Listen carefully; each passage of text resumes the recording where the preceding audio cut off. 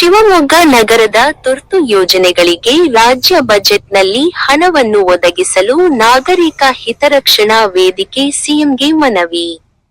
ಮಾನ್ಯ ಮುಖ್ಯಮಂತ್ರಿಗಳಾದ ಶ್ರೀ ಸಿದ್ದರಾಮಯ್ಯನವರು, ಹಣಕಾಸು ಸಚಿವರು, ಕರ್ನಾಟಕ ಸರಕಾರ.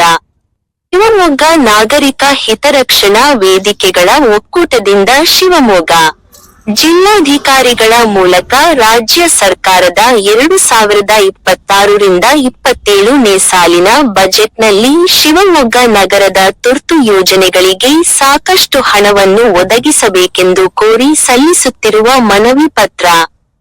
ಮುಂದಿನ 2026-27ನೇ ಸಾಲಿನ ರಾಜ್ಯ ಬಜೆಟ್ನಲ್ಲಿ ಬಹಳ ಅವಶ್ಯಕವಾಗಿ ಶಿವಮೊಗ್ಗ ನಗರದ ತುರ್ತು ಯೋಜನೆಗಳಿಗೆ ಸಾಕಷ್ಟು ಹಣವನ್ನು ಒದಗಿಸಬೇಕೆಂದು ನಾವು ಒತ್ತಾಯಿಸುತ್ತೇವೆ. 1.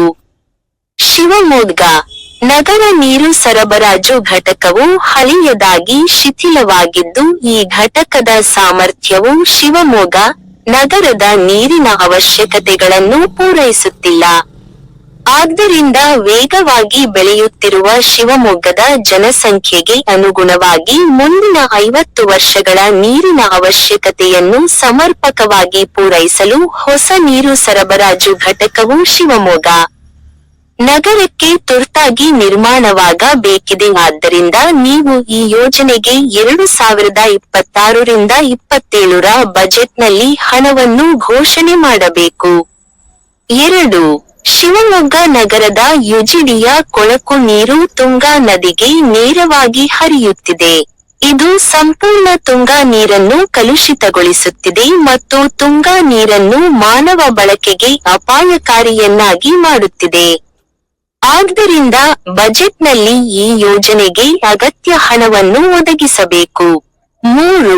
ಜನಸಂದಣಿ ಮತ್ತು ವಾಹನ ಸಂದಣಿ ಹೆಚ್ಚಾಗಿರುವ ನಗರದ ಇಕ್ಕಟ್ಟಿನ ಮತ್ತು ರಸ್ತೆಗಳಾದ ಜೈ ರಸ್ತೆ, ಕುವೆಂಪು ರಸ್ತೆ, ವಿಜಯನಗರ ಮುಖ್ಯ ರಸ್ತೆ, ಮಿಳ್ಳಘಟ್ಟ ಮುಖ್ಯ ರಸ್ತೆ ಮತ್ತು ಇತರೆ ರಸ್ತೆಗಳ ಅಗಲೀಕರಣಕ್ಕೆ ಬಜೆಟ್ನಲ್ಲಿ ಹಣವನ್ನು ಒದಗಿಸಬೇಕು. 4. 2 ವರ್ಷಗಳ ಹಿಂದೆ ರಾಜ್ಯ ಬಜೆಟ್ನಲ್ಲಿ ಮುಖ್ಯಮಂತ್ರಿ ಶ್ರೀ ಸಿದ್ದರಾಮಯ್ಯನವರು ಬೊಮ್ಮನಕಟ್ಟೆ ರಸ್ತೆಗೆ ಸೇತುವೆಯ ಕೆಳಗೆ ರೈಲ್ವೆ ಮಾರ್ಗವನ್ನು ಘೋಷಿಸಿದ್ದರು. ಆದರೆ ಈ ಕಾಮಗಾರಿ ಇನ್ನೂ ಕೈಗೆತ್ತಿಕೊಂಡಿಲ್ಲ.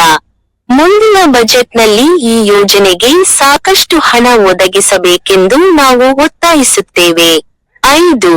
ನಗರದಲ್ಲಿ ವಾಹನ ದಟ್ಟಣೆ ಹೆಚ್ಚಾಗಿದೆ. ಪಾದಚಾರಿಗಳಿಗೆ ಸುಗಮ ಸಂಚಾರ ಒದಗಿಸಲು ದಯವಿಟ್ಟು ಶಿವಮೊಗ್ಗ ಮುಖ್ಯ ಬಸ್ ನಿಲ್ದಾಣದ ಬಳಿ ಎಲಿವೇಟರ್ಗಳೊಂದಿಗೆ ಮೇಲೇತುವೆ ಅಥವಾ ಅಂಡರ್ ಪಾಸ್ ಸೇತುವೆಯನ್ನು ಒದಗಿಸಬೇಕು. ಈ ಮೇಲ್ಕಂಡ ಯೋಜನೆಗಳು ಶಿವಮೊಗ್ಗ ನಗರದ ಅಭಿವೃದ್ಧಿಗೆ ಅತ್ಯಂತ ಅಗತ್ಯವಿರುವ ಕಾಮಗಾರಿಗಳು ಆಗಿರುವುದರಿಂದ ದಯಮಾಡಿ 2026-27ರ ಬಜೆಟ್ನಲ್ಲಿ ಅಗತ್ಯ ಹಣ ಒದಗಿಸಿ ಶಿವಮೊಗ್ಗದ ಸಮಗ್ರ ಅಭಿವೃದ್ಧಿಗೆ ಸಹಕರಿಸಿ ಎಂದು ಶಿವಮೊಗ್ಗದ ನಾಗರಿಕರ ಪರವಾಗಿ ಕಳಕಳಿಯಿಂದ ವಿನಂತಿಸುತ್ತೇವೆ ಎಂದು ಮನವಿ ಸಲ್ಲಿಸಿದರು. ಶಿವಮೊಗ್ಗ ನಾಗರಿಕ ಹಿತರಕ್ಷಣಾ ವೇದಿಕೆ ಒಕ್ಕೂಟದ ಪದಾಧಿಕಾರಿಗಳು ಉಪಸ್ಥಿತರಿದ್ದರು. ಶಿವಮೊಗ್ಗ ನಗರಕ್ಕೆ 2026-27ನೇ ಸಾಲಿನ ಬಜೆಟ್ನಲ್ಲಿ ಅತ್ಯಂತ ಅಗತ್ಯವಾದ ಅನುದಾನದ ಬಗ್ಗೆ ಇವತ್ತು ಜಿಲ್ಲಾಧಿಕಾರಿಗಳಿಗೆ ಮನವಿ ಕೊಟ್ಟಿದ್ದೀವಿ. ಇದರಲ್ಲಿ ಶಿವಮೊಗ್ಗದ ಮಂಡಳಿಯಲ್ಲಿರ್ತಕ್ಕಂಥ ನೀರಿನ ಸರಬರಾಜು ಯೂನಿಟ್ ಏನಿದೆ ಅದು ಅತ್ಯಂತ ಹಳೆಯದಾಗಿದ್ದು ಮತ್ತು ಇವತ್ತಿನ ರಿಕ್ವೈರ್ಮೆಂಟ್ಗೆ ಅಗತ್ಯಗಳಿಗೆ ಸರಿಯಾಗಿ ಅಲ್ಲಿ ನೀರು ಪೂರೈಕೆ ಆಗ್ತಾ ಇಲ್ಲ. ಹಾಗೆ ನೀರಿನ ತಪಾಸಣೆ ಸರಿಯಾಗ್ತಾ ಇಲ್ಲ. ನೀರಿಗೆ ಆಲಮ್ ಮಿಕ್ಸ್ ಆಗ್ತಕ್ಕಂಥದ್ದು ಯಾವುದೂ ವೈಜ್ಞಾನಿಕವಾಗಿಲ್ಲ. ಕ್ಲೋರಿನ್ ಮಿಕ್ಸು ಸಹ ವೈಜ್ಞಾನಿಕವಾಗಿಲ್ಲ. ಈ ಎಲ್ಲ ದೃಷ್ಟಿಯಲ್ಲಿಟ್ಟುಕೊಂಡು ಶಿವಮೊಗ್ಗಕ್ಕೆ ಒಂದು ಹೊಸ ನೀರು ಸರಬರಾಜು ಘಟಕ ಅಗತ್ಯ ಇದೆ. ಸುಮಾರು ಮುಂದಿನ 50-100 ವರ್ಷಗಳಿಗೆ ಯೋಚನೆ ಮಾಡಿ ಈ ಘಟಕಕ್ಕೆ ಮಂಜೂರಾತಿಯನ್ನು ಈ ಬಜೆಟ್ನಲ್ಲಿ ಕೊಡಬೇಕು ಅಂತಕ್ಕಂಥದ್ದು. ಇದಕ್ಕಿಂತ ತುಂಗಾ ನದಿಗೆ ಶಿವಮೊಗ್ಗ ನಗರದ ಎಲ್ಲ ಕೊಳಚೆ ಸೇರ್ತಾ ಇದೆ. ಅದರ ಮೂಲಕ ತುಂಗಾ ನದಿ ಶಿವಮೊಗ್ಗದಲ್ಲಿ ಅತ್ಯಂತ ಕಲ್ಮಶ ಆಗ್ತಾ ಇದೆ. ಇದು ಬಳಕೆಗೆ ಸೂಕ್ತವಾಗಿಲ್ಲ. ಹಾಗಾಗಿ ಶಿವಮೊಗ್ಗದ ಕಲ್ಮಶಗಳನ್ನ ಟ್ರೀಟ್ಮೆಂಟ್ಗೋಸ್ಕರ ಅಗತ್ಯವಾದ ಹಣವನ್ನು ಈ ಬಜೆಟ್ನಲ್ಲಿ ಕೊಡಬೇಕು. ಒಂದು ಡ್ರಾಪು ಸಹ ಶಿವಮೊಗ್ಗದಿಂದ ತುಂಗಾ ನದಿಗೆ ಸೇರಬಾರದು ಅಂತಕ್ಕಂಥ ಒತ್ತಾಯ ಮಾಡ್ತಾ ಅದಕ್ಕೆ ಅನುದಾನ ಕೊಡಬೇಕು. ಹಾಗೆ ಶಿವಮೊಗ್ಗದ ಹಲವಾರು ರಸ್ತೆಗಳು ತುಂಬಾ ಕಂಜೆಸ್ಟೆಡ್ ಆಗಿದೆ. ಕುವೆಂಪು ರಸ್ತೆ ಇರ್ಬೋದು, ಜೈಲ್ ರಸ್ತೆ ಇರ್ಬೋದು, ಅಥವಾ ವಿಜಯನಗರ ಹೋಗ್ತಕ್ಕಂಥ ರಸ್ತೆ ಇರ್ಬೋದು. ಈ ಎಲ್ಲ ರಸ್ತೆ ಅಗಲೀಕರಣಕ್ಕೆ ಹಣದ ಅಗತ್ಯ ಇದೆ. ಅದನ್ನೇ ಈ ಬಜೆಟ್ನಲ್ಲಿ ಬರಬೇಕು. ಹಾಗೆ ಶಿವಮೊಗ್ಗ ಬಸ್ ಸ್ಟ್ಯಾಂಡ್ ಹತ್ರ ಒಂದು ಅಂಡರ್ ಪಾಸ್ ಇಲ್ಲ ಫ್ಲೈಓವರ್ ಬೇಕು ನಮಗೆ, ವಿತ್ ಎಲಿವೇಟರ್ಸ್. ಅಲ್ಲಿ ಓಡಾಡೋದಕ್ಕೆ ಅನುಕೂಲ ಆಗೋ ರೀತಿಯಲ್ಲಿ ಈ ಬಜೆಟ್ನಲ್ಲಿ ಅನುದಾನ ಕೊಡಬೇಕು ಅಂತಕ್ಕಂಥ ಒಂದು ಒತ್ತಾಯವನ್ನ ಮುಖ್ಯಮಂತ್ರಿಗಳಿಗೆ ಜಿಲ್ಲಾಧಿಕಾರಿಗಳ ಮೂಲಕ ಮಾಡ್ತಾ ಇದ್ದೀವಿ.